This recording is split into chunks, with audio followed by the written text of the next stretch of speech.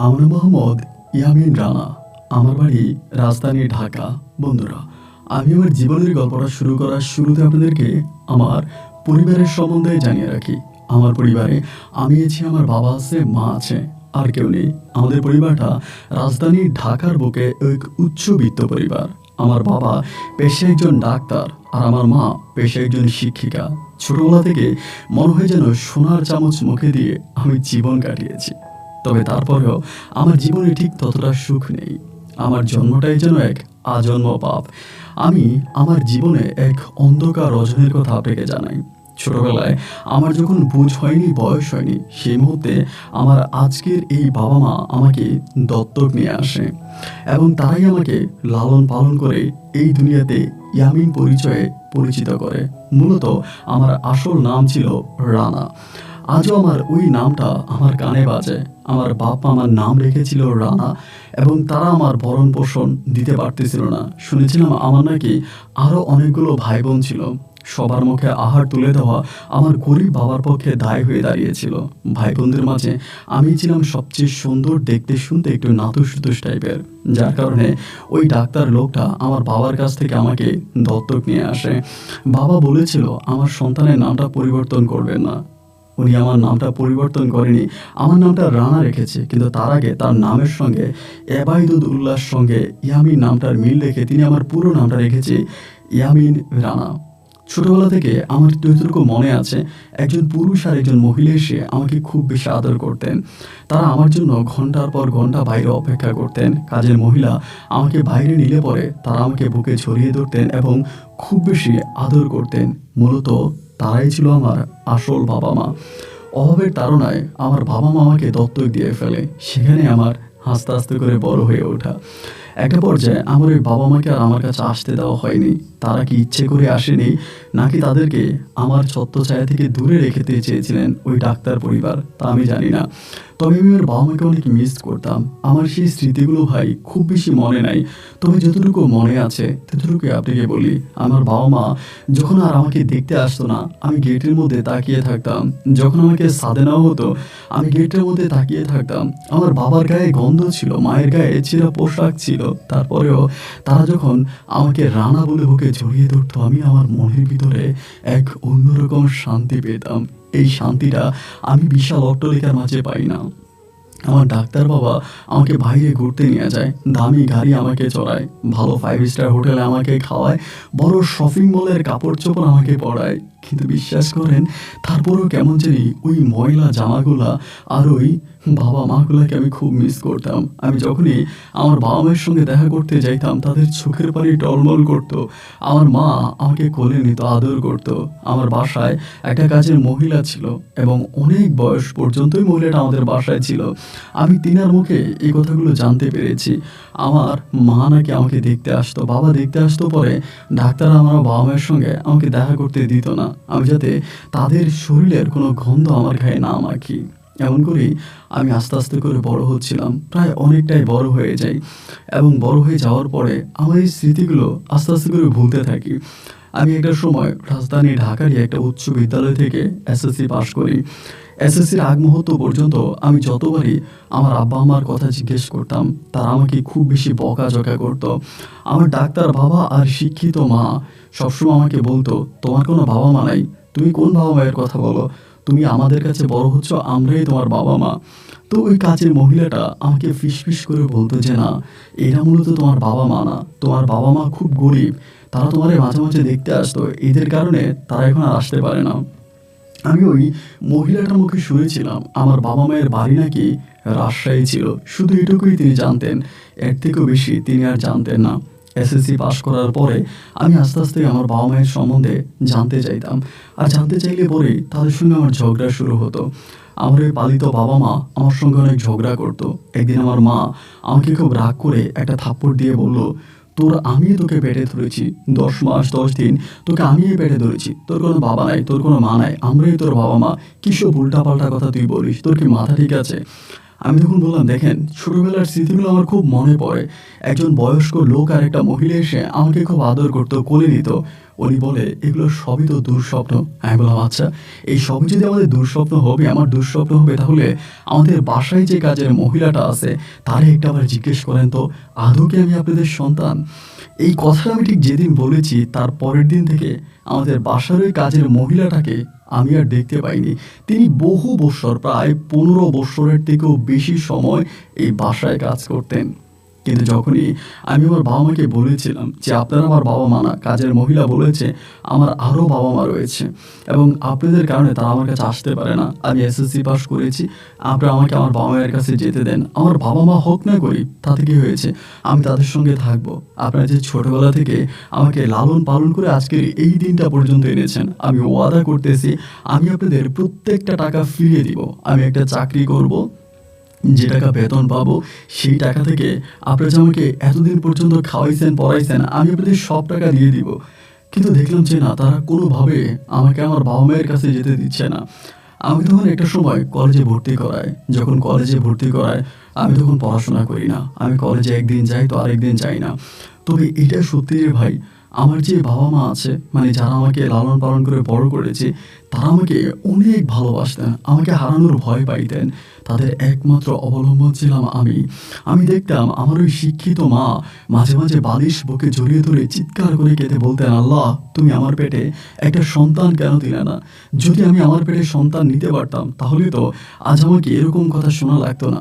এরকম কথা আমি নিজের কানে শুনেছি। আমি যখন আবার বলতাম, মা ও মা আপনি এই মুহূর্তে কি বলছেন, উনি সাথে সাথে কথার প্যাটার্ন চেঞ্জ করে ফেলতো। এই কথাগুলি আমি ছোটবেলা থেকে শুনতাম। আমি 99 নয় ভাই, 100% শিওর ছিলাম আমি আমাদের সন্তান না।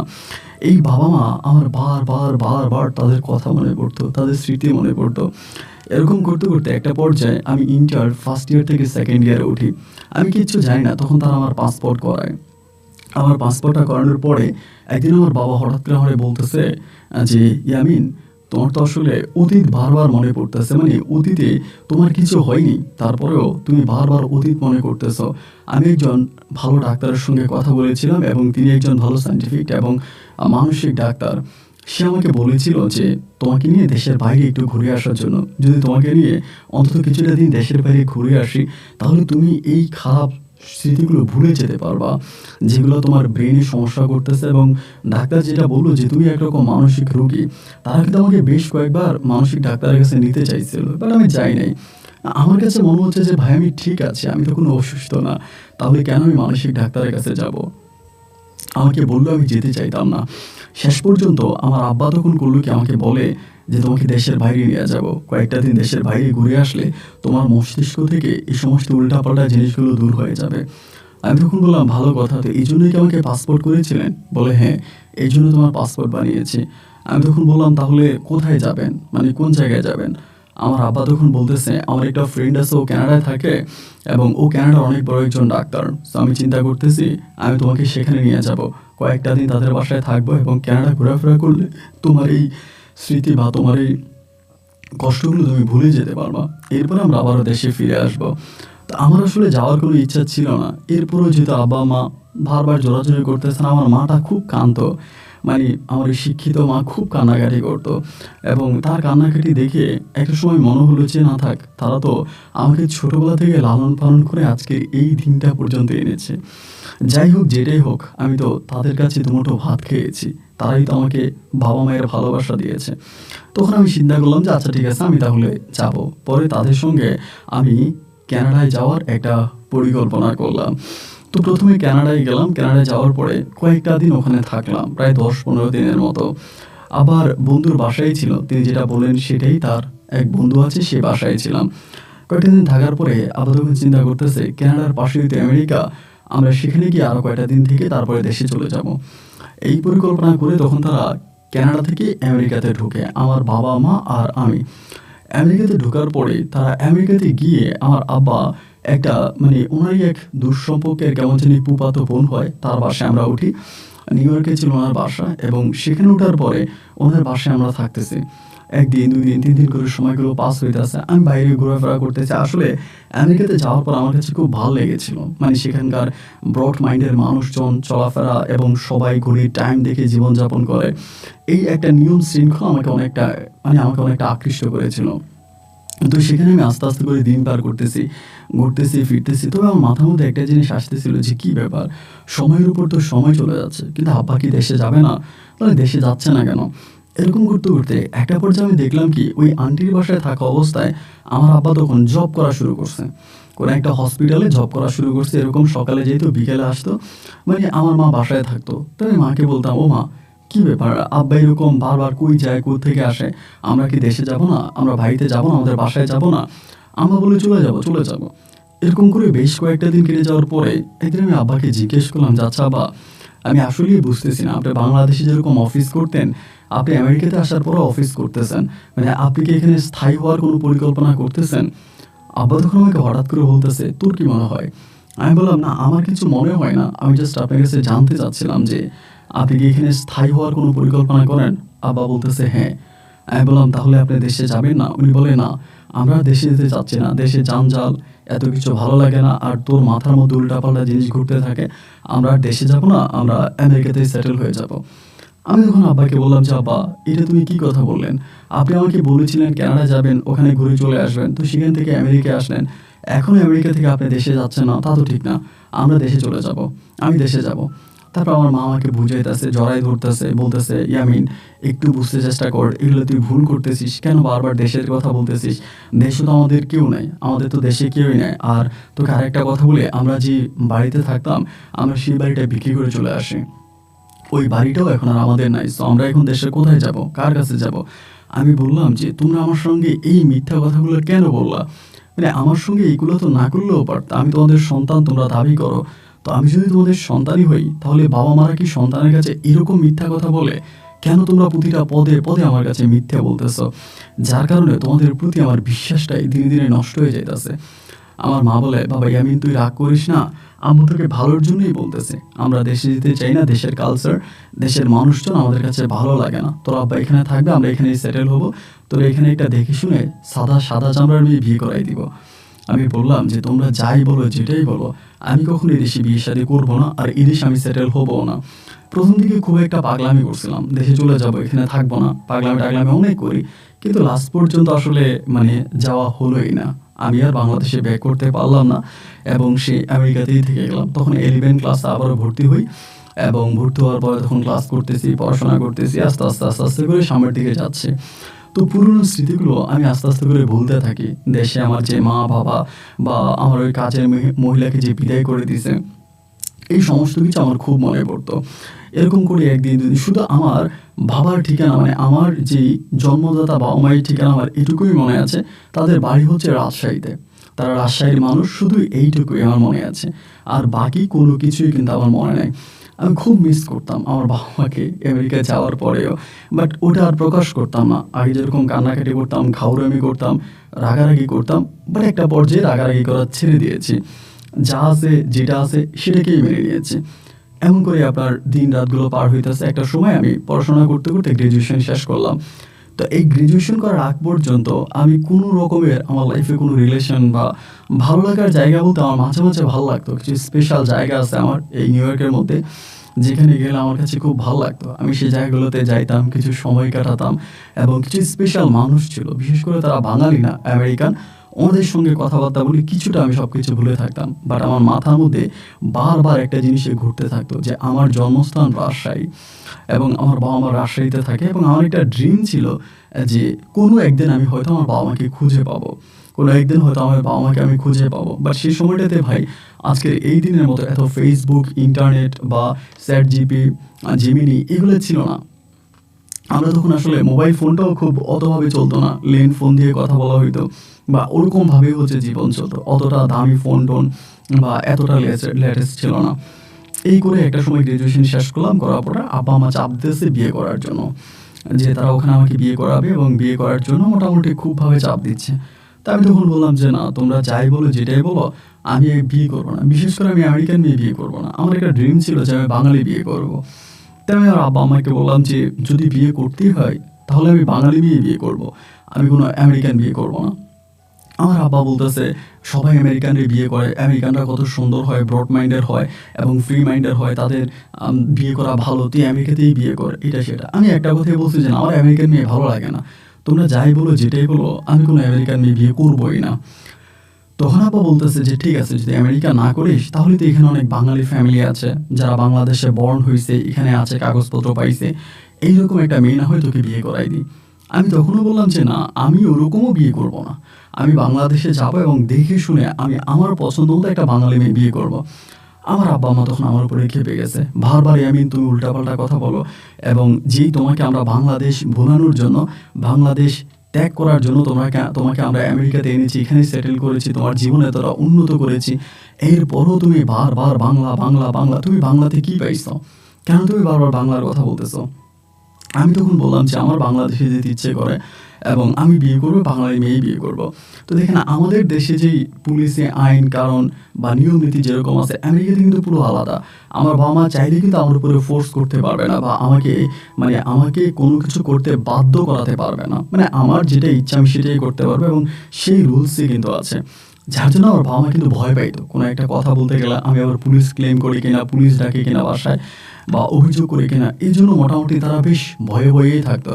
কোনো বিষয় আমাকে ডিরেক্টলি বলতে পারতো না বা খুব নিজের ভিতরে সব কিছু চাপা রাখতো। এরকম করে অনেকটা বয়স আমার হয়ে যাচ্ছে, তারা বুঝতেছে। তখন আমি পুরোপুরিভাবে জব করতেছি, ভালো টাকা স্যালারি পাইতেছি, চলতেছি। যতই তাদেরকে বলতেছে আমি দেশে যাব, আমি বাংলাদেশে যাব না, তারা আমাকে বাংলাদেশে যেতে দিবেই না, কোনোভাবেই দিবে না। তো এক পর্যায়ে আমি করলাম কি, মোটামুটি খুবভাবে রাগ করে আমি তখন করছি কি, একদিন নিজে পাসপোর্ট নিয়ে টিকিট কেটে আমি তখন বাংলাদেশে চলে আসি। এটা আমার আমেরিকাতে বহু বছর পরের কথা বলতেছি। তো বাংলাদেশে চলে আসি, তো চলে আসার পরে যেহেতু আমি এসএসসি পরীক্ষা দিয়েছি, ওখানে তো আমার স্কুলের অনেক ফ্রেন্ডদের সাথে আমার পরিচিত আছে, অনেক বন্ধু বান্ধব আছে। তো সবাইকে আসলে আমি খুবভাবে চিনতাম না। আমার একটা ফ্রেন্ডের কথাই মনে আছে, জানা হচ্ছে রাসেল। তো রাসেলরা হচ্ছে ঢাকার স্থায়ী ছিল এবং ও আমার খুব ভালো একটা বন্ধু ছিল। ওদের বাসার ঠিকানাটা আমার সম্পূর্ণভাবেই মনে আছে। তো আমি তখন একদিন ওদের বাসায় গেলাম। আমেরিকাতে আসার পরে কয়েকদিন পরেই আমি প্রথমে হোটেলে উঠেছিলাম। হোটেলে উঠছি কারণ যেহেতু আমার ওখানে আসলে ওরকম পরিচিত কেউই ছিল না। হোটেলে উঠছি এবং ওঠার পরে রাসেলদের বাসায় গেছি। তো রাসেলদের বাসায় যাওয়ার পরে, এবং রাসেল তো আমাকে দেখে বেশ অবাক হয়ে গেছে, ও তো আমাকে ঠিক চিনতেই পারতেছিল না। পরে আমারে বললো যে তুই হঠাৎ করে এইভাবে আঙ্কেল আন্টির মনে কষ্ট দিয়ে তুই চলে আসলি, এইটা আসলে তুই ভালো করিস নাই। আমি অবশ্য আব্বা আমাকে মেসেজ করে আসছে যে অন্তত তাদেরকে থার্ড পার্টি যারা নিউজ দিয়ে আসছে যে আমি আসলে বাংলাদেশে চলে যাচ্ছি এবং আমি সন ব্যাক করবো, আমি আবারও আমেরিকাতে চলে আসবো। তো আমার বাবা মা আসলে খুব হাঁপায়ে গেছিলো। তারা আমার বাংলা বোঝানোর জন্য যে চেষ্টা করেছিল এবং সবশেষ তারা দেখলো যে আসলে এটাতে তারা কামিয়াবি হচ্ছে না, সার্থক হচ্ছে না। এই কারণে একটা সময় তারা হাল ছেড়ে দিয়েছে, মানে এমন একটা অবস্থা যে ও নিজের জীবন যেহেতু নষ্ট করতে যাচ্ছে, তো তারা আর আমাকে কোনো বিষয়ে খুব বেশি একটা প্রেশার বা চাপ প্রয়োগ করে না। তখন আমি চিন্তা করতেছিলাম যে এখন কি করা যায়। আমি যখন আমার রাসেলের সঙ্গে কথা বলি, রাসেল আমাকে বলে যে দেখ, তুই রাজশাহী হচ্ছে একটা বিভাগ, এত বড় একটা বিভাগ, এবং এই বিভাগে তোর বাবা মায়ের নামও তুই জানিস না, তাদের ঠিকানাও তুই জানিস না, শুধু জানিস তাদের জন্মস্থান হচ্ছে রাজশাহী। মানে এইটুকু জানলে তো আসলে তাদেরকে খুঁজে পাওয়া তোর জন্য কঠিন হয়ে যাবে। পরে আমি বললাম আমাদের বাসায় যে কাজের বুয়াটা আছে, বুয়াটারে যদি খুঁজে পাই তাও তো কোনো একটা ক্লু পাওয়া যাবে। আমি তো রাসেল আমার পুরো ঘটনাটাগুলোই জানাই, পুরো বিস্তারিত জানাই। তো রাসেল আমাকে বলতেছে তো কাজের বউকে পেলে তো কোনো লাভ নাই, কারণ কাজের বুয়া তো তোকে বলেছে যে তিনিও সেটাই জানে যে তার বাইরে তোদের বাড়ির রাজশাহী, তোর বাবা মা রাজশাহীর মানুষ, ওটুকুই জানে, এর বাইরে তো আর সেও জানে না। সুতরাং তারে জিজ্ঞেস করেও তো এখান থেকে কোনো লাভ হবে বলে মনে হয় না। তো আমি তখন রাসেলকে বলতেছিলাম যে রাসেল, আমি আমার বাবা মাকে ফিরে পেতে চাই, যে কোনো কিছুর বিনিময় হোক। আমি প্রয়োজনে টিভিতে নিউজ করবো, এটা করবো সেটা করবো। ও বলে তুই টিভিতে নিউজ করে বলবি যে তোর রাজশাহীতে বাবা মা আছে, তার রাজশাহী একটা বিভাগ, ওখান থেকে তোর বাবা মাকে থেকে কী পাওয়া যাবে? তো এই সমস্ত পাগলামি করিস না, পাগলামি না করে তুই আমেরিকাতে ফিরে যা। তোর বাবা মা তোকে অনেক ভালোবাসেন, তারা তোকে আমেরিকাতে নিয়ে যাবে, ওখানে একটা বিয়ে করাবে, তুই বিয়ে শাদী কর, নিজের জীবনটাকে সুন্দর করে সাজা। আর যেহেতু তোর বাবা মা তোকে একরকম বিক্রি করে দিয়েছে, তোকে তারা ছেড়ে দিয়েছে, এত বছর পরে তাদেরকে পেলেও বা তুই কী করবি? আর যারা তোরা এত বছর তোর সঙ্গে থেকেছে, তোকে মানুষের মতো মানুষ গড়ে তুলেছে, আমেরিকার মতো দেশে তোকে পড়াশোনা করিয়েছে, তাদের চিন্তা কি তোর মাথায় একটু আসে না? তাদের কথা একটু ভাব। আমি তখন বললাম যে আমার আসলে আর কিচ্ছু ভালো লাগতেছে না, আমার কোনো কিছুই ভালো লাগে না, আমাকে যাই বলেন যেটাই বলেন আমি আর কিচ্ছু নিতে পারতেছি না। মানে আমি রাসেলকে বলতেছি আমার যে কোনো কিছুর বিনিময় হোক আমার বাবা মাকে আমার খুঁজে পেতেই হবে এবং আমি দিন শেষে তাদের কাছেই যাব, তাদের সঙ্গেই থাকবো, আমি আর আমেরিকাতে ব্যাক করবো না। তো আমাকে অনেক বুঝাইছে, বুঝিয়ে শোনায় দেখতেছে যে আর পারতেছে না। আমি কিন্তু ভরপুর টাকা নিয়ে গেছিলাম, অনেক ডলার নিয়ে গেছিলাম, সাথে করে ঘুরতেছি ফিরতেছি, ওরে নিয়ে এখানে সেখানে ঘুরি, আড্ডাবাজি করি। এভাবে বেশ কয়েকটা দিন কেটে যাওয়ার পরে একদিন ওর একটা ফ্রেন্ড আছে, নাম হচ্ছে রাইসা। এই মেয়েটার বাড়ি হচ্ছে রাজশাহীতে। ওই মেয়েটা কিন্তু আমার ক্লাসমেটটা, মানে ওর ক্লাসমেট, ওরা বিশ্ববিদ্যালয়ে একসাথে পড়াশোনা করেছে। তো একদিন হলো কি, হঠাৎ করে ওই রাইসার সঙ্গে ওর রেস্টুরেন্টে দেখা হয়ে গেছে। তো দেখা হয়ে যাওয়ার পরে ও কিন্তু রাইসাকে চিনে নেয়, রাইসা ওকে দেখে চিনে গেছে। তো বলতেছে কিরে রাসেল, যখন কথা বলতেছিল ও কথা বলতেছে, বলতে বলতে একটা পর্যায়ে বলতেছে, আচ্ছা রাইসা তোদের বাড়ি কি রাজশাহীতে না? ও বলে হ্যাঁ আমাদের বাড়ি রাজশাহীতে। তো বলে তোর সঙ্গে আমার একটু কথা আছে। এই কথা আছে বলে তখন একটা রেস্টুরেন্টে বসছে, আমিও বসছি, এরপরে রাইসাও বসছে, আমার বন্ধু রাসেলও বসছে। তো এই রাসেল তখন বলতেছে যে দেখ আমার একটা ফ্রেন্ড, তুই হয়তো চিনবি না, আমরা স্কুলে একসাথে পড়াশোনা করছি, আমার স্কুল বন্ধু, এবং স্কুল পাশ করার পর ও আমেরিকাতে চলে যায় ওর পরিবারের সঙ্গে। কিন্তু আজকে বহু বছর পরে আমেরিকা থেকে ফিরে আসছে, বাট যে কারণে আসছে এটা শুনলে তুই হাসবি। রাইসা তখন বলতেছে যে রাইসা বেশ মিষ্টি একটা মেয়ে ছিল, দেখতে শুনতে সুন্দরী ছিল এবং সর্বদিক থেকে বেশ ভালোই ছিল। রাইসা তখন বলতেছে যে ঠিক আছে তুই বল না কি হয়েছে, আমি কিচ্ছু মনে করবো না। বলে দেখ ও আসলে, ওর বাবা হচ্ছে বাংলাদেশের একজন নামকরা ডাক্তার ছিলেন এবং ওর মা হচ্ছে শিক্ষিকা ছিলেন, আপনার কলেজে শিক্ষকতা করতেন।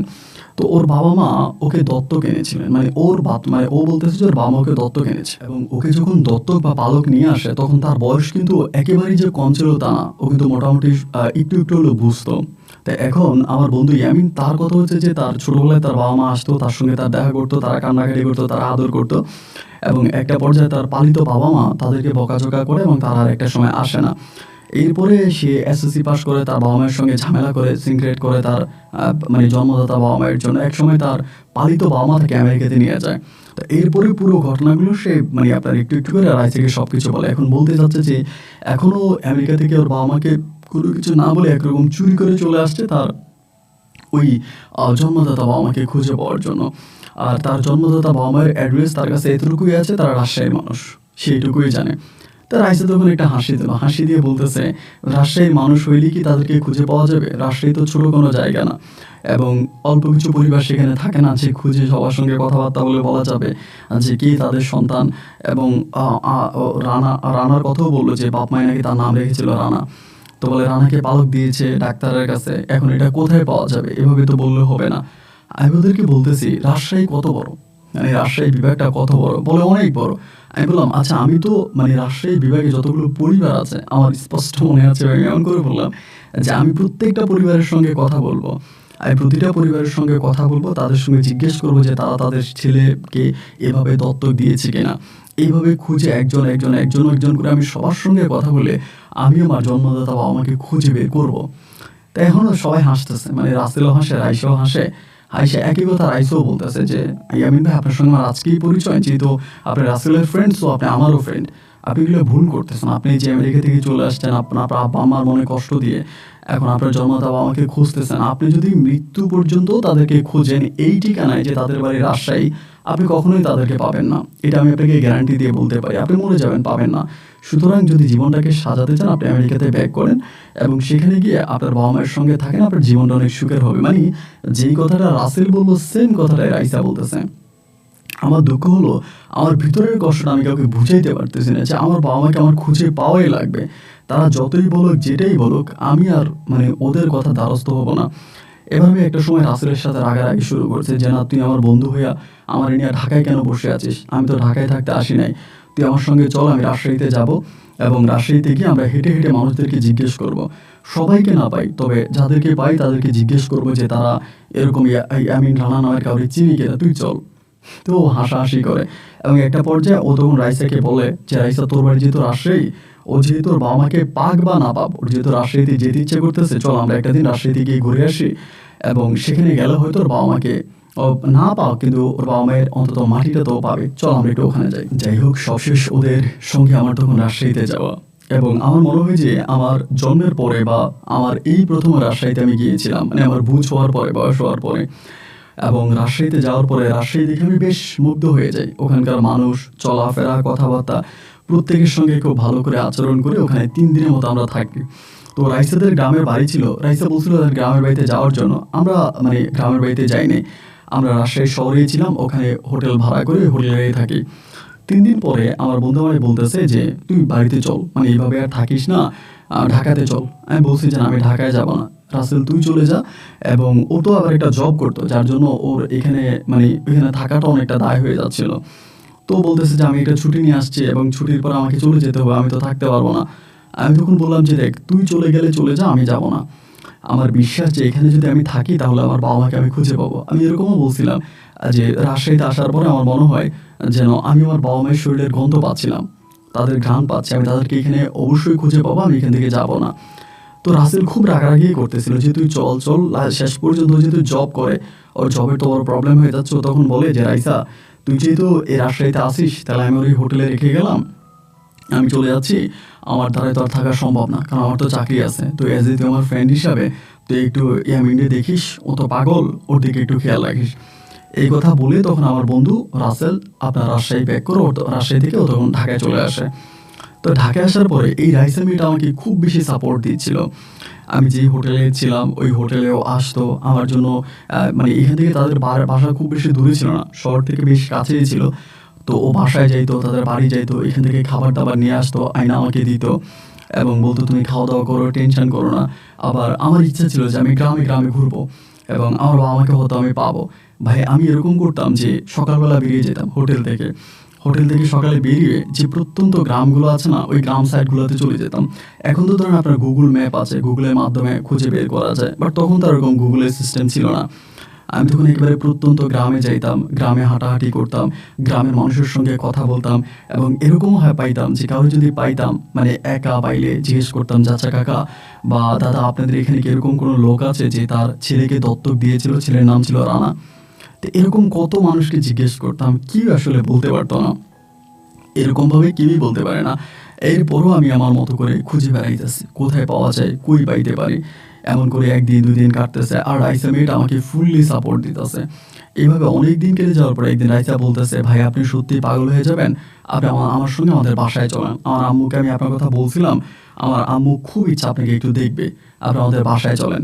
তা আমাকে জোরাজুরি করে একদিন রাইসা তাদের বাসায় নিয়ে গেছে। সকালবেলা ছিল, আমার মনে আছে দিনটা বৃহস্পতিবার ছিল। বৃহস্পতিবারে গেলাম, পরে ওর মা বাবা ছিল, ওর ভাই বোন ছিল, তারা সবাই আমার সাথে খুব ভালো করে কথা বলে এবং ওর মা তো আমাকে পেয়ে খুব খুশি হয়ে যায় এবং তিনি আমার জন্য বাঙালি রান্না বান্না করে। আমি যদিও বাঙালি খাবারের সময় খুব বেশি একটা খেতে পারতাম না, তারপরও দেয় আমি খাওয়া দাওয়া করি।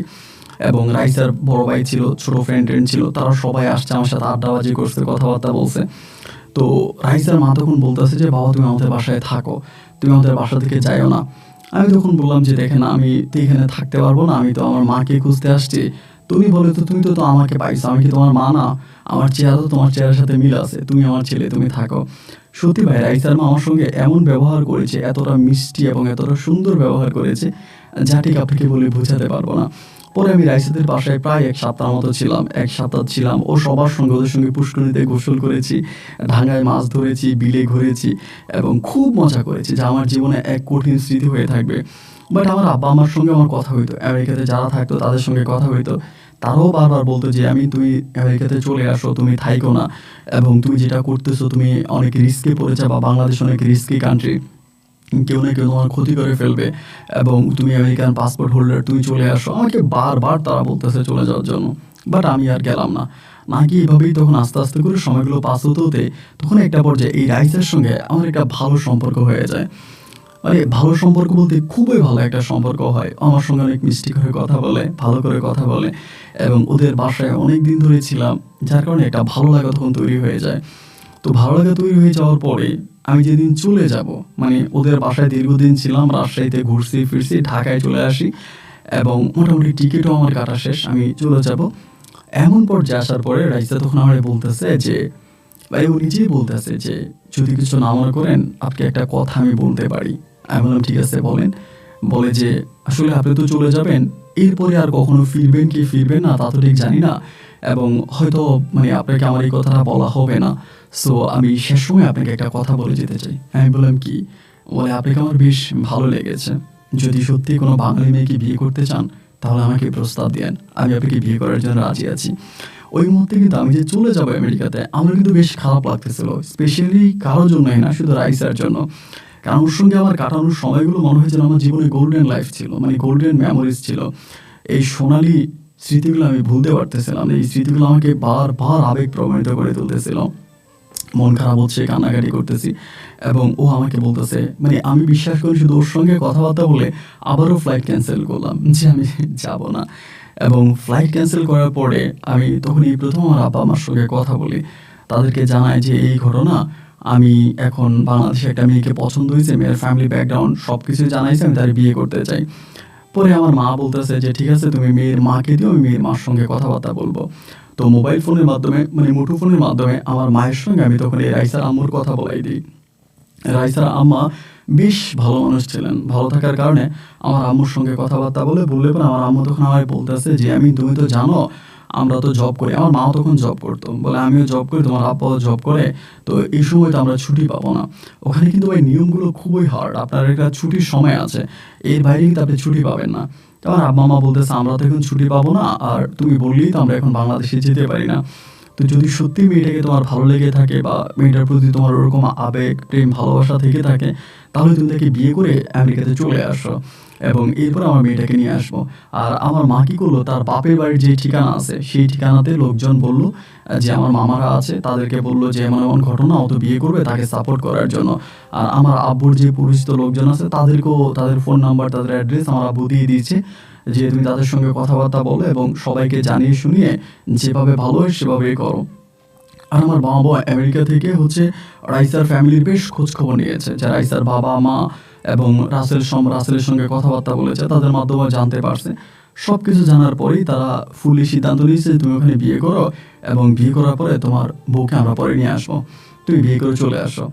তো আমার আব্বার কিছু বন্ধু ছিল, তারাও আসছে, আমার নানু বাড়ি থেকে কিছু লোকজন আসছে, সবাইকে মিলে যেহেতু আমি রাইসাদের বাসায় থাকতেছি, তো ওদের বাড়িতেই তখন বিবাহটা অনুষ্ঠিত হয়েছে।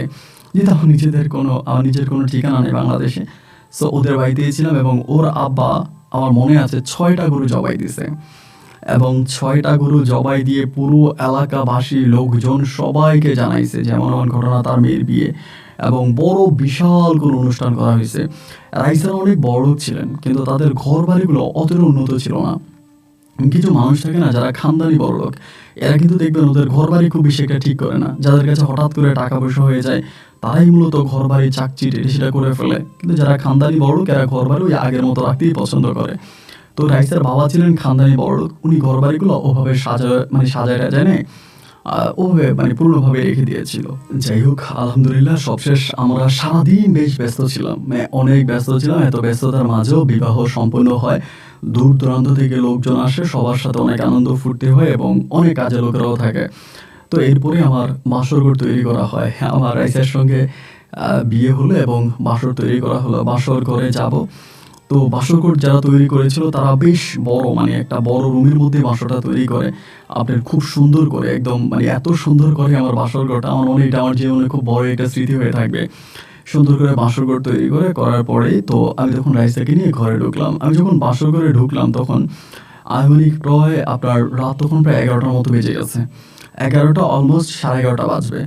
তো ঢোকার পরে যেহেতু দুজনের গায়ে বিয়ের পোশাক আশাক ছিল, আমরা বিয়ের পোশাক আশাকগুলো খুললাম। খোলার পরে তখন রাইসার যে গয়নাগাটিগুলো ছিল, ও তখন বলতেছে যে গয়নাগাটিগুলো খুলে রাখে। তো তখন গয়নাগাটিগুলো খুলে, যে ড্রয়ার ছিল, ড্রয়ার যে ছিল রুমের মধ্যে, ওই ড্রয়ারের মধ্যে তখন গয়নাগাটিগুলো রাখছে। রাখার পরে সুন্দর করে দুজনেই তখন চুপি করে শুয়ে পড়ছে। শোয়ার পরে কিছুক্ষণ পরে ও আমাকে বলতেছে যে আমি একটু ওয়াশরুমে যাব। আবার ওই রুমের মধ্যে কিন্তু ওয়াশরুম ছিল। তো এটার পরে আবার বাইরে কিন্তু খুব লোক হাঁটাচলা করতেছে, যেহেতু বিয়ে বাড়ি, এবং আজকে তো বিয়ের অনুষ্ঠান শেষ হয়েছে, এবং আপনি তো বুঝতেই পারেন যে গ্রামের বিয়েতে অনুষ্ঠান শেষ হলেও 2-3 দিন আমেজ থাকে। মোটামুটি সবাই তখন উপস্থিত ছিল, এবং যে সামনে দিয়ে হাঁটার মতো জায়গা আছে, সবাই হাঁটতেছে, চিল্লাচিল্লি করতেছে, এগুলো শোনা যেতেছে। আর রাইসা তখন ওয়াশরুমে ঢুকলো, আপনি খুব মনোযোগ দিয়ে শোনেন। ওয়াশরুমে ঢোকার পরে ওয়াশরুম থেকে বের হয়ে ও আসছে, এবং আসার পরে ওর পায়ের মধ্যে মনে হয় কোনো না কোনো একটা চট খাইছে, কোনো একটা আঘাত খাইছে। আঘাত খাওয়ার পরে ও তখন করলো কি, আঘাতটা খেয়ে পাটারে দেখছে, নোকটারে দেখছে, দেখা আইসা আমার সঙ্গে শুইয়া ও কেমন যেন একটু অন্যরকম টেনশনে পড়ে গেছে। তাই আমি বলতেছি, রাইসা কি হয়েছে, কোনো সমস্যা? আমাকে ইশারা দিয়ে বলতেছে যে চুপ, এরকম আঙুল দিয়ে বলতেছে যে চুপ। যখন চুপ করতে বলছে আমি তখন চুপ হয়ে গেলাম। চুপ হয়ে যাওয়ার পরেই মানে ও দেখি যে কি জানি কি করতেছে। আমি বলছি যে কি হয়েছে তোমার, আমার কাছে বলো, তুমি মনে হচ্ছে খুব একটা টেনশনে পড়ে গেছো। তারপর কিছু না, এমন করে ও ফাট করে তখন খাট থেকে নেমে গেছে, মানে খাট থেকে লাফ দিয়ে নিচে নেমে গেছে। নিচে নেমে ও বসে গেছে, বসেই খাটের ওদের যে খাটটা ছিল এটা আপনার মানে ইয়ের মতো ছিল এবং নিচে হচ্ছে স্পেস ছিল, খাটের নিচে জায়গা ছিল। ওই ধাপ করে গুলোকে নিচে যায় মানে লাইটগুলো অন করছে, লাইটগুলো অন করে বলতেছে এই তুই কে রে, বেরিয়ে আয়। এটা যখন বলছে এই মেয়েটা তখন কি করছে, মানে কোনো একটা মেয়ে ছিল এটা নিচে খাটের নিচে, মেয়েটা বের হয়ে তখন দৌড়ে দরজার কাছে চলে গেছে। মানে ও যে দিয়ে ডাক দিছে এই দিক দিয়ে ডাক না দিয়ে মেয়েটা পিছন থেকে মানে ওই যে সাইডের জায়গাটা থেকে বেরিয়ে দিছে দৌড়। এখন দৌড় দেওয়ার পরেই মেয়েটা গিয়ে কিন্তু গেটটা খুলে ফেলছে, মানে এই যে দরজাটা লাগানো ছিল ওইটা গিয়ে কিন্তু খুলে ফেলছে। রাইসা তখন পিছনের থেকে চুল চাই বা ধরে দিছে চিৎকার। আমি কিন্তু তখন এই যে মানে বাঁশর ঘর তো মানে যে খাট আছে খাটের চারপাশে তো একদম ফুল দিয়ে সাজায় রাখছে, তো এই কারণে বাইরের সাইডে খুব একটা দেখাও যাচ্ছে না। আমি তখন ওখানে আমি তো ভয় পাচ্ছিলাম, আমি কিন্তু এই জিনিসগুলোতে খুব ভয় পাই, অনেকটা ভয় তখন ভিতরে কাজ করতেছে যে কি ব্যাপার কি হইতেছে। আমি তখন ওখানে বসে আছি, মেয়েটা তখন কি করলো দরজাটা খুলছে এবং রাইসা তাদের পিছন থেকে গিয়া ধরছে এবং তখন সে চিৎকার দিচ্ছে। তখন তার আশেপাশে যারা ছিল তারা সব দূরে চলে আসছে এবং আসার পরে বলতেছে যে এটা তো এরকম এরকম আমার ঘরের মধ্যে ঢুকে গেছে। এবং ওইখানকার কিছু লোক বলতে স্যার এটা তো মশলা বাটছিল, মানে ওই যে বিয়ে বাড়িতে যারা মশলা বাটে না, বাবুর্চিদের সঙ্গে মশলা বাটার কিছু মহিলা থাকে, তো বলতেছে এই তো বাবুর্চিদের সঙ্গে সারাদিন মশলা এখানে মশলা বাটছিল, কালকে রাতেও তো ছিল, মশলা বাটাবাটি করছে ওই তো এখানে ছিল, এই এটা কেমনি কাজ করলো, এইটা ধরে দিচ্ছে মেয়েটা এমনভাবে মারতেছে, ও তখন চিৎকার করতেছে। রাইসা তখন করলো কি দরজা, ও রাইসার মা বলতেছে তুই ভিতরে যা, ওই তখন দরজা টান দিয়ে ভিতরে চলে আসছে। এখন মেয়েটার যে মারতেছে তখন যে সাউন্ডগুলো আসতেছে আমার তখন খুব খারাপ লাগতেছে, কারণ আমি তো একটি ইমোশনাল মানুষ, এই জিনিসগুলো আমি নিতে পারি না। আমার তখন খুব খারাপ লাগতেছে, লাগার পরে আমি তখন ওখানে বসে গেলাম। রাইসা আমারে বলতেছে যে কি হয়েছে, তুমি এমন করতেছো কেন, তুমি মনে হয় খুব বেশি মানে হাইপার হয়ে যাচ্ছ। আমি বললাম যে হ্যাঁ মেয়েটা কি হয়েছে বলো তো আমার। পরে বলা আর এটা সারাদিন মশলা টশলা বাড়ছিল আমাদের বাড়িতেই ছিল, এখন রাতের বলতে আমার খাটের নিচে এসে ঢুকে গেছে। ও তো বুঝতেই পারছে আমার গয়নাঘাটে আমি খুলবো রাতের বেলায়, আল্লাহ মাফ করছে আমি বুঝতে পারছি, যদি আমি বুঝতে না পারতাম তাহলে তো আমার সব গয়নাঘাটে নিয়েও পালাইতো, আমার সব গয়নাঘাটে নিয়েও চলে যেত। আমার তো আল্লাহ আমাকে বাঁচাইছে আমারে বলতেছে। আমি বললাম রাইসা একটা কাজ করো, আমার খুব খারাপ লাগতেছে, আমি এটা একটু দেখবো, মানে ভিতরে এমনি একটা অনুভূতি চলে আসছে। ও তখন বলে যে না দেখবা, মানে এটা কি বলতেছো তুমি দেখবা, ওই মেয়েকে চোরে তুমি দেখবা কি। আমি তখন বললাম যে আমি তখন একটা আপনার প্যান্ট পরাছিলাম, সাদা প্যান্ট আর হচ্ছে একটা গেঞ্জি গায়ে ছিল। তো আমার বলে যে আমি বললাম যে আমি ঠিক আছে আমি একটু যাই, আমি একটু গিয়ে বাইরে থেকে একটু মেয়েটাকে দেখে আসি। ও আমার বলতে স্যার তুমি কি পাগল হয়েছো, তুমি চুমনি দেখতে যাওয়া বাসরঘর থেকে বের হয়ে, আর আমাদের এখানে একটা নিয়ম আছে বাসরঘর থেকে বের হওয়া যায় না, বড় রাতের বেলায় বাসরঘর থেকে বের হলে এটা মানে ইয়ে হয়, মানে কলঙ্ক হয় বা হচ্ছে মেয়ের সৌভাগ্য হয় না, পরে ক্ষতি হয় মেয়ের, আমাদের এটা একটা নিয়ম আছে, সো তুমি চাইলে কিন্তু বাসরঘর থেকে বেরোতে পারবা না। আমি তখন বললাম যে রাইসা দেখো আমি বাসরঘর থেকে বের হবো না, বাট আমার মেয়েটাকে খুব দেখতে ইচ্ছে করতেছে, মেয়েটাকে এইভাবে মারতেছে, ওই তো তুমি একটু মেয়েটারে ডাইকা না আমি একটু দেখবো। ওই তখন বলে তুই কি বলতেছ, আমি তখন বললাম যে রাইসা দেখো আজকে তো আমাদের বাসর রাত, সো বাসর রাত আমি তোমার কাছে একটা জিনিস চাইবো, তুমি কি আমাকে দিবা না। মানে আমার ভিতরে ভাই কি মনে হচ্ছিল জানেন, যে মেয়েটা এইভাবে মারলো, মেয়েটা কেনই বা চুরি করতে আসছে এবং সে কত সাহসী যে সে একটা বাসর ঘরে খাটের নিচে সে লুকিয়েছিল। আমি যে তুমি একটু ডাক দাও, আমি একটু কথা বলি প্লিজ, বউ একটু ডাক দাও। অনুরোধ করার পর ও তখন করলো কি বাসর ঘরে গেটটা খুলে ওর মায়ের ডাক দিছে, ওর মা পাশের রুমে ছিল ওইখান থেকে আসছে। পরে বলতেছে মা একটা কাজ করো, মেয়েটারে গিয়া তুমি শুধু মেয়েটারে নিয়ে ঘরে নিয়ে আসো। ওর মা তখন বলতেছে কি বলিস তুই, বাসর ঘরে মেয়েরে আনবো কেন, বলে তোমার যা বলতেছে মা তুমি করো, প্রয়োজনে দাদির সহ সাথে রাখো, দাদির সহ সাথে রেখা মেয়েটাকে এখানে নিয়ে আসো। তো এগুলো বলার পরে ও মা তখন একটু বিব্রত হয়ে গেল যে কি ব্যাপার, কেন এরকম মেয়েরে ডাকতেছে এই সময়ের ভিতরে। তখন ওর মা করলো কি তারপরও গেছে, মানে ভিতরে গেছে যে মেয়েটারে ধরছে, ধরে মনে হয় বাইদারে রাখলো, ওখান থেকে খুলছে, খুলে নিয়ে আসছে। আসার পরে ওর কাছে দিছে, ওর কাছে দেওয়ার পরে ওই তখন গিয়ে করছে মেয়েটার নিয়ে ঘরে ঢুকে দরজা আটকাছে, মেয়েটার হাতটা দিয়ে মোটামুটি তখন আপনার রক্তের মতো বেরিয়ে আছে। তা এই সময়ের ভিতরে যখন মেয়েটাকে ঘরে নিয়ে আসলো, আসার পরে মেয়েটাকে দেখার পরে আমার কাছে কেমন যেন আমার ভিতরটা ভাই একটা কামড় দিয়ে উঠছে, মানে কামড় দিয়ে উঠছে বলতে মেয়েটার যে আপনার মানে কপালের যে সাইডটা, এই কপালের সাইডটা এবং চোখ টোকগুলা মানে কেমন যেন দেখতে অনেকটা আমার মতো, আমার চেহারার মতো অনেকটা। তো আমি মেয়েটাকে একটা নজর দেখেই আমি খাট থেকে মানে আগেই তো বসেছিলাম, মানে খাট থেকে উঠে দাঁড়ায় গেছি। দাঁড়া যাওয়ার পর রাইসা বলে তোমার দেখা হয়েছে, মেয়ের কিছু জিজ্ঞেস করবো। আমি বললাম হ্যাঁ আমি জিজ্ঞেস করবো। পরে বলে কি জিজ্ঞেস করবা, তাহলে করো। তো চোরের বাসর করে আইনা রাইখে দিস, সবাই কি বলবে, খারাপ মনে করবে না? আমি তো দরজা লাগাই দিছি। তখন মেয়েটারে বললাম যে বোন তুমি একটু বসো। তো মেয়েটা বসছে, তখন তার হাতটা দিয়ে রক্ত বেরিতেছে, ঘাট দিয়ে রক্ত বেরিতেছে, এদিক দিয়ে রক্ত বেরিতেছে, তাকে মোটামুটি খুবভাবে মারছে। পরে আমি বললাম যে কি নাম তোমার? বলে আমার নাম সেলিনা। তো সেলিনা বলার পরে আমি বললাম যে তোমার বাড়ি কোথায়? বলে আমাদের বাড়ি রাজশাহীতেই। তুমি চুরি করতে আসছো কেন? বলে ভাইয়া বাবা মা বিয়ে দিছে একজন খারাপ মানুষের হাতে, আমার 2টা বাচ্চা আছে, তো বাচ্চাগুলোরে খাওয়ানো লাগতেছে এই সেই। তো আর আমার জামাই কোনো কাজ কাম করে না, আমারে মারে। আসলে শেষ পর্যন্ত আমি এভাবে চুরি এর আগে অনেক করছি, বিভিন্ন বিয়ে বাড়িতে যাইতাম, মশলা বাড়তাম, সুযোগ পাইলে কনের গয়নাগাটি নিয়ে যাইতাম। তো ওনার গায়ে অনেক গয়নাগাটি ছিল, আমি এগুলো লোভেই হচ্ছে খাটের নিচে ঢুকে গেছি। এগুলো মেয়েটা তখন আমার পা ধরে এসে কান্নাকাটি করতে শুরু করছে, চিৎকার করে কান্না করতেছে যে ভাই আমারে মাফ করে দেন, আমার মাফ করে দেন। রাইসা তখন সেই তুই ছাড়, তুমি আমার পা ধরলি কেন? এবং রাইসা তখন তার চুলের মুঠি ধরে আরো ঘুরাইতেছে। আমি তখন রাইসা বললাম রাইসা প্লিজ স্টপ। ও বলে যে আমি দেখো এটা খারাপ দেখা যাচ্ছে, বাসর ঘরের ভিতরে সবাই বাইরে, সবাই তো এখন মানে দেখতেছে যে তুমি চোরে নিয়ে বাসর করে নিয়ে আসছো, সবাই কি মনে করবে বলো তো, এটা কেমন কথা? প্লিজ তুমি এগুলো করো না, তুমি ওরে ওরে ওরে মেয়েটারে যেতে দাও। আমি রাইসা না, আমি মেয়েটারে যেতে দিব না, তুমি আমার কথা একটু শোনো, আমার কথা একটু শোনো, এমন করে না। আমি মেয়েটার সঙ্গে একটু কথা বলে, আমি তো কিছু করতেছি না, তুমি তো এখানে আছো, তুমি বসো, আমি একটু কথা বলি। মেয়েটা তখন বসাইলাম, বসে বলতেছি যে তোমরা কয় ভাই বোন? মেয়ে বলতেছে আমি জানি না আমরা কয় ভাই বোন। হ্যাঁ আর আজব কথাবার্তা, তোমরা কয় ভাই বোন এটা তুমি নিজেও জানো না? বলে না ভাইয়া জানি না, আমরা কয় ভাই বোন জানি না। আমি যে তোমার আব্বা আম্মা আছে? বলে আমার আব্বা আম্মা নাই, আমার আব্বা আম্মা মারা গেছে। তাই বললাম তোমার মানে সত্যি কি তোমরা কয় ভাই বোন তোমার মনে নাই? বলে না আমার কয় ভাই বোন আমার এটা মনে নেই, তবে আমাদের অনেকগুলো ভাই বোন, এবং অনেকগুলো ভাই বোনের মাঝে আমার আব্বা আমার অনেকগুলো ভাই বোনকে, মানে আমাদের অনেকগুলো ভাই বোনের মাঝে অনেকে আমার আব্বা মা হচ্ছে দিয়ে দিছে, কি জানি বলে পালক দিয়ে দিছে। পালক দিয়ে দিছে বললেই ভাই আমার কলিজাটা তখন কাঁপ দিয়ে উঠছে। ওঠার পরে আমি বললাম যে সত্যি কি তোমার মানে তোমার ভাই বোনকে, অনেক ভাই বোনকে পালক দিয়ে দিছে? ও বলে হ্যাঁ পালক দিয়ে দিছে, আমি তাদের নাম জানি না। বলে তোমার আব্বা আগে কি করতো? বলে আমরা আগে ঢাকাতে থাকতাম, মানে ঢাকাতে থাকতাম এবং সেখান থেকে পরে আমরা গ্রামে চলে আসি। আমার আব্বা আমার গ্রামে আছে, আমার আব্বা মারা গেছে আজকে প্রায় কয়েক বছর হয়েছে, আর আমার আম্মা অনেক আগে মারা গেছে। আমি বললাম তোমার ভাইয়ের মধ্যে কারো নাম কি রানা ছিল, মানে রানা? ও তখন বলে দেখেন ভাই আমি তো জানি না। এবং এই কথাগুলো বলতেছি, রাইসা আমার দিকে অবাক নজরে তাকিয়ে আছে। একদম রাইসার দিকে তাকিয়ে বললাম যে রাইসা তুমি স্পষ্ট করে শুনে রাখো, এটা আমার বোন, এইটা আমার বোন, এবং এদের খোঁজে আমি বাংলাদেশে আসছি। মেয়েটা তখন অবাক হয়ে আমার দিকে তাকায় আছে, মানে বুঝতে পারতেছিল না যে এখানে কি হচ্ছে। মেয়েটা তখন তাকায় আছে, আমি বললাম যে তুমি সবাইকে বলো মেয়েটার গায়ে যেন হাত না তোলে। আমি আমি তোমাকে, তুমি আমার কথায় রাগ করো না প্লিজ, আমি আমি মেয়ের সঙ্গে তার ঠিকানা পর্যন্ত যাব।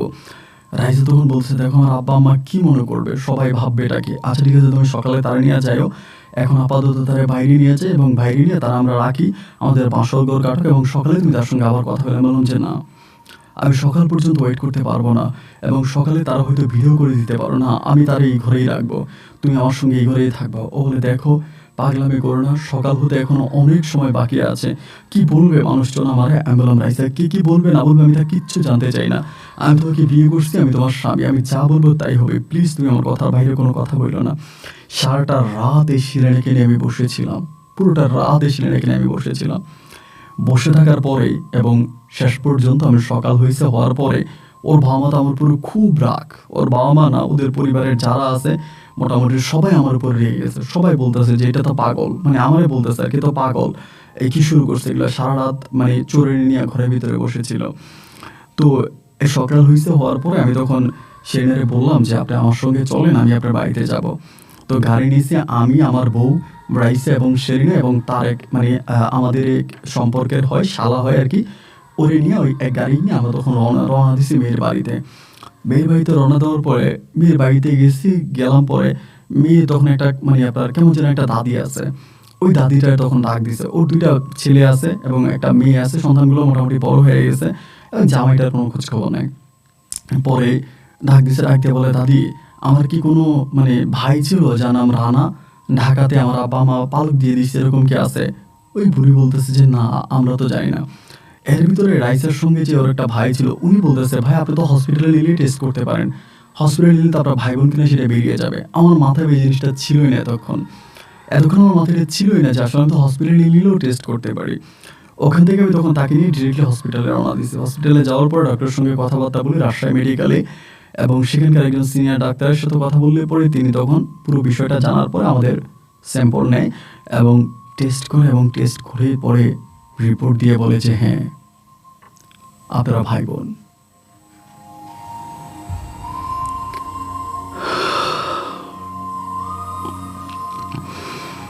আমি তখন রাইসারে বললাম, রাইসা আমি প্রথম দেখায় বলেছিলাম যেটা আমার বোন হবে, আমি প্রথম দেখায় বলেছিলাম যেটা আমার বোন হবে, তার চেহারার মাঝে আমি আমার চেহারার মিল পেয়েছি।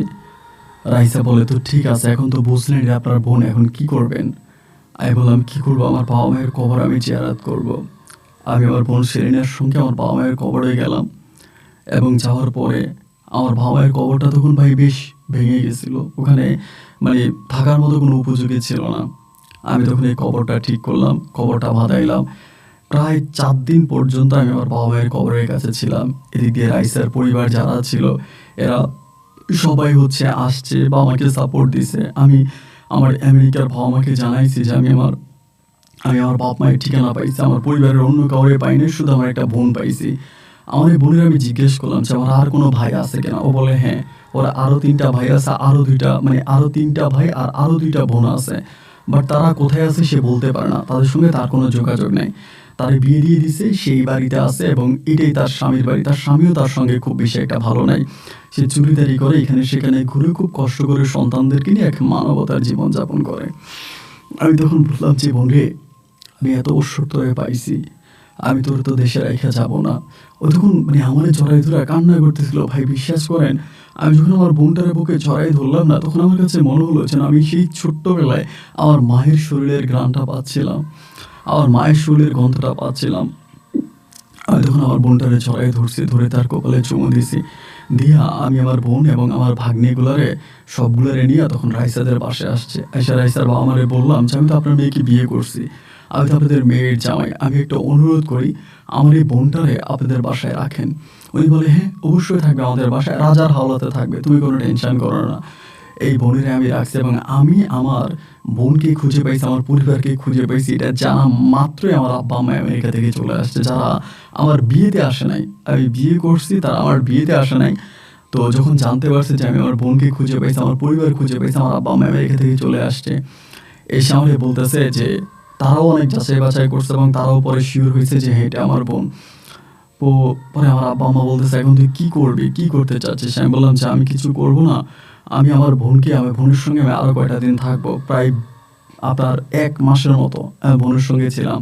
বাট আমার আর আমেরিকা যেতে ইচ্ছে করতেছিল না। আমার আব্বা মা আমার সঙ্গে ছিল, রাইসার বাবা মা ছিল, তারা সবাই আমারে বুঝাইলো যে তুমি আমেরিকাতে চলে যাও, তোমার বোনকে যেহেতু পাইছো, তোমার বোনকে তুমি নিতে পারবা, কোনো সমস্যা নেই, তোমার বোন আমাদের কাছেই থাকবে, আমরা তার খোঁজ খবর নিব, আমরা তার রক্ত তালাশ নিব, তুমি এখন আপাতত যাও এবং গিয়ে তুমি পরে তোমার বউকে নিয়ে যাও। আমি আসলে যেতে চাচ্ছি না আমার বোনকে রেখে, তারপরেও আমার শ্বশুর শাশুড়ি আব্বা আম্মা সবাই বুঝিয়ে শুনে আমাকে পরে আমেরিকাতে নিয়ে গেছে। আমেরিকাতে নেওয়ার পরে আমি প্রতিদিন আমার বোনের খবর নিতাম, সেরেনার খবর নিতাম, ও কোথায় আছে, ও কেমন আছে, ও ভালো আছে কিনা, ও ঠিকমতো খাওয়া দাওয়া করে কিনা, প্রতিদিন ওর সঙ্গে কথা বলতাম। বলতে বলতে তো তখন আমি আমার বউয়ের ভিসা টিসা সব কিছু ঠিক করে ফেলি, আমার ওয়াইফের। তখন কিন্তু আসলে বউকে বিদেশ নেওয়াটা খুব বেশি একটা হার্ড ছিল না, এখন তো নাই বললেই চলে, এখন তো নেওয়াই যায় না। তো পরে আমার বউকে আমি সব কিছু ঠিকঠাক করে আমি তখন আমার বউকে আমেরিকাতে নিয়ে আসি। তো আমার বউর সঙ্গে আমি আমার বোনকে নিয়ে আসতে চাচ্ছিলাম, সেলিনাকে। তো সেলিনা আসলে ও আসতে চায় না, ও বলে যে ভাই আমি যাব না, আর আমি ওখানে গিয়ে কী করবো, আমি তো এখানেই সব কিছু পাইছি, যেটা আমার কল্পনাতেও ছিল না। আমি দুমুঠো ভাতের জন্য মানুষের বাড়িতে চুরি করতাম, আর সেই আমি এত বড় একটা বাড়ি পাইছি, আমার তো ভাই আর কিছু লাগবে না। এরপরে রাইসাকে নিয়ে যখন আমি আমেরিকাতে চলে আসি, আমি আর রাইসা একসঙ্গে থাকতেছি। তো আমার বোনের সঙ্গে কথা বলতে বলতে অনেক দিন পরে আমার বোন আমাকে বলতেছে ভাইয়া আপনার কাছে তো বলতে আমার ভয় লাগে, তারপরে একটা কথা বলি ভাইয়া, যদি সম্ভব হয় আমার জামাইটার একটা লাইন করে দেন। ওর জামাই কিন্তু ওই আমার শ্বশুর বাড়িতে আসছিল, ওর জামাই কি জানি চাকরি করতো রাজশাহীতে। পরে আমার কাছে আসছিল, আইসা আমার পা ধরে সালাম করছে, আমার সঙ্গে মোলাকাত করছে এবং খুব ভালোভাবে আমার সঙ্গে কথা বলছে। তো আমার বোন আমায় বলতেছে, ভাই আমার তো ছেলে মেয়ে আছে, আমি তাদেরকে নিয়ে থেকে যাব, আমার কোনো সমস্যা নেই, যদি পারেন আপনি আমার জামাইয়ের একটা লাইন করে দেন, আমার জামাইটার যদি পারেন একটা ব্যবস্থা করে দেন। আমি তখন রাইসারে বললাম যে রাইসে এই ঘটনা, এখন কি করা যায়? রাইসা আমরা বলে যে হ্যাঁ, তুমি যদি মনে করো তোমার বোন জামাইকে একটু লাইন করে দাও, কারণ তুমি তো আর সারা জীবন তোমার বোনকে টানতে পারবে না। তোমার বোন জামাই যদি একটা লাইন হয়ে যায়, তাহলে পরে সে তোমার বোনকে দেখতে পাবে, তোমার ভাগ্নি টাগ্নি বা যারা আছে এদেরকে পরে তুমি প্রয়োজনে একটা লাইন করে দিও, আগে বোন জামাইটাকে লাইন করো। তা আমার বোন জামাইয়ের আসলে কোনো যোগ্যতাই ছিল না আমেরিকাতে আসার, মানে কোনোভাবেই না।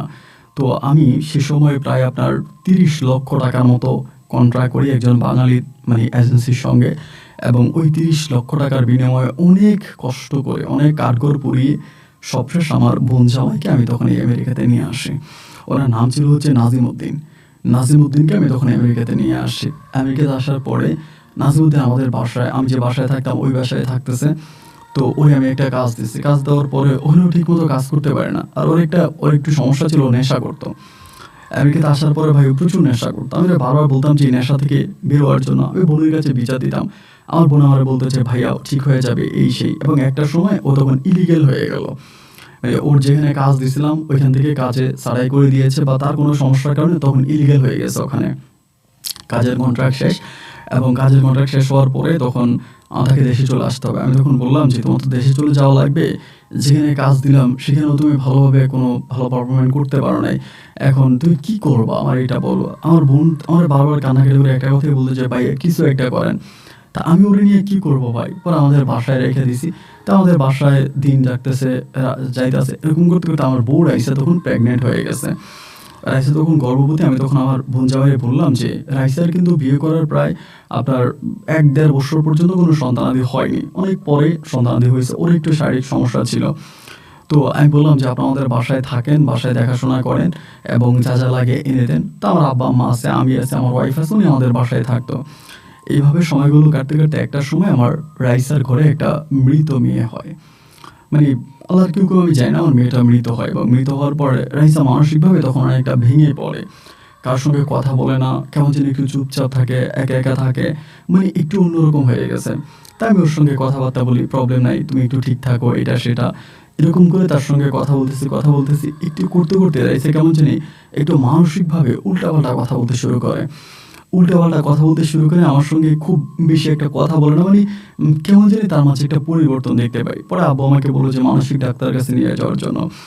মানসিক ডাক্তারের কাছে নিয়ে যাই, মানসিক ডাক্তার দেখায়, দেখানোর পরে ডাক্তার কিছু মেডিসিন দেয় ওকে, মানে ঘুমানোর জন্য ঘুমের ওষুধ দেয়, এবং বলে ঠিক হয়ে যাবে ইয়ে করার জন্য। বাট দেখা গেলো যে সময় যত সামনের দিকে যাচ্ছে ওর ভিতরে কোনো রকম কোনো কিছু পরিবর্তন আসতেছে না। বারবার দেখতেছি ও আরও বেশি রিফ্রেশ হয়ে যাচ্ছে, আরও বেশি ইয়ে হয়ে যাচ্ছে, এবং এরকম করতে করতে সাডেনলি একটা সময় দেখলাম কি ও আমার বোন জামাই নাজিমউদ্দিনের প্রতি কেমন যেন খুব আকৃষ্ট হয়ে গেছে। ও খাইতে বসে নাজিমউদ্দিনকে ডাকবে যে নাজিমউদ্দিন ভাই আসে না কেন, ওনারা খাইতে বলেন, ওনাকে আসতে বলেন। তা আমি ভাই প্রথম থেকে ভাবছিলাম যেহেতু আমি কাজ কামে অনেক ব্যস্ত থাকি, বাইরে বাইরে থাকি, বাসায় টাইম দিতে পারি না, নাজিমউদ্দিন অলওয়েজ যে বাসায় থাকে ওর দেখাশোনা করে বা যখন চা লাগিয়ে দিচ্ছে, তো সেক্ষেত্রে হয়তো নাজিমউদ্দিনের প্রতি ওর একটা আন্তরিকতা বাড়ছে। তা আমার কাছে এটা বেশ ভালোই লাগলো, যেখানে আমার বোন এবং আমার বোনের বাচ্চা কাচ্চাকে সে এতটা ভালো দেখতে পারতো না, আর এখন আমার বোন যাওয়ার প্রতি তার একটা ভালো টান ছিল। এটা আমার কাছে মন্দ লাগে নাই, ভালোই লাগছে যে ঠিক আছে ও এটা করুক। এরকম করে সময়গুলো কাটতে কাটতে কাটতে কাটতে ও কেমন জানি ধরেন বাসার মধ্যে একটা ফল নিয়ে আসলেও না এটা অর্ধেক এটা নাজিমুদ্দিনের জন্য রেখে দিবে, যে এ অর্ধেক নাজিমুদ্দিন খাবে, এরকম করতো, মানে খুবভাবে ইয়ে করতো। তখন কিন্তু মোটামুটি আমার বউয়ের গ্রিন কার্ড হয়ে গেছে, আমার বউ রাইসার ওই সময় গ্রিন কার্ড হয়ে গেছে, এবং গ্রিন কার্ড হয়ে যাওয়ার পরের কথা আমি আপনাকে বলতেছি। এখানে অনেকগুলো মানে আপনার মাস নয় ১ বছরও কেটে গেছে।